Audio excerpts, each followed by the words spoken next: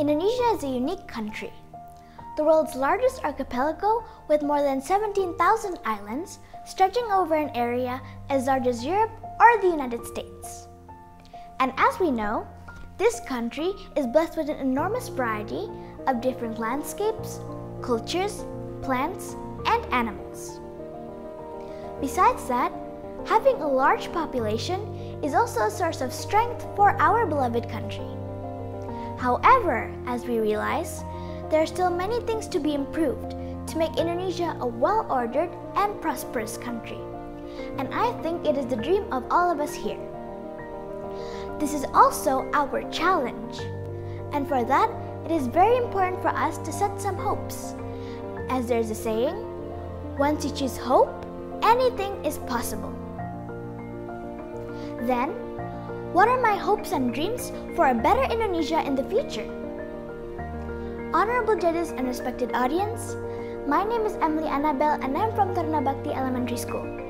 I feel so grateful to the Almighty God for having this opportunity, and I'm so delighted to speak and share my view on my hopes for the future of Indonesia to all of you today. Dear audience and friends, Indonesia has more than 270 million inhabitants. Although things have improved quite a lot for the Indonesians over the past decades, at this moment, not everyone has the same access to housing, food, education, and medical care. Maybe many of us realize how some people have to really struggle to get those basic needs in our country. I think many of us are very lucky to get the opportunity to study well, even in this pandemic condition, because we have all of the required facilities. I know that many people can't get access to these important facilities yet, at the moment. So, my first wish is that everyone, not only part of our people, but everybody throughout Indonesia will have access to these important and basic facilities. The next thing I want to talk about is the environment. The natural environment and the biodiversity in Indonesia are incredibly rich. Unfortunately, the impact of humans on the natural environment is often not very positive. Pollution, deforestation, and loss of habitat are all the results of human activities. But, fortunately, there is still nature left here in Indonesia. Dear audience, protecting this nature is extremely important in my opinion.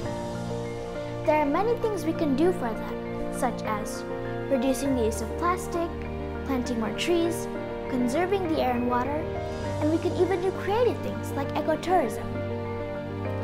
I think if Indonesian people can work together to take care of the magnificent nature in this country, hopefully, nature and humanity can live in harmony. This is my other big hope for the future of Indonesia. Dear audience, besides having a great nature, Indonesia also has a rich history. As one of the first countries gaining independence after World War II, it has been an inspiration for many other newly independent countries in the world. My hope is that Indonesia once again can become a good example for other countries. An example of how a very large and diverse group of people with different ethnic groups, religions, social, and economic status can live together in harmony with each other. I think it is so beautiful if we can do this. Do you agree with me?